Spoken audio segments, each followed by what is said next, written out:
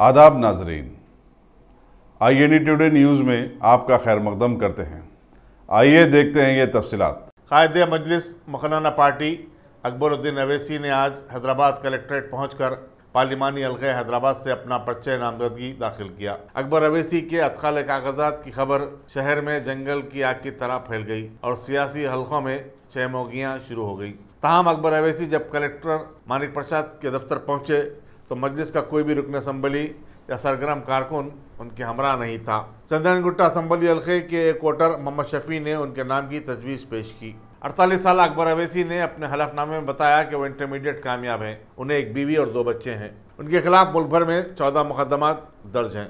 इनमें निर्मल की मुतनाज़ा तकरीर से मुतालिक मुकदमा भी शामिल है। वो एक जिप्सी जीप और उनकी बीवी एक स्कॉर्पियो कार के मालिक हैं। अगर आपने हमारे चैनल को सब्सक्राइब नहीं किया है तो आपको यहाँ सब्सक्राइब बटन दिख रहा है, उसे क्लिक करिए और सब्सक्राइब कीजिए और साथ ही साथ बेल आइकॉन को भी क्लिक करिएगा जिससे कि आपको ताज़ा अपडेट मिलते रहें।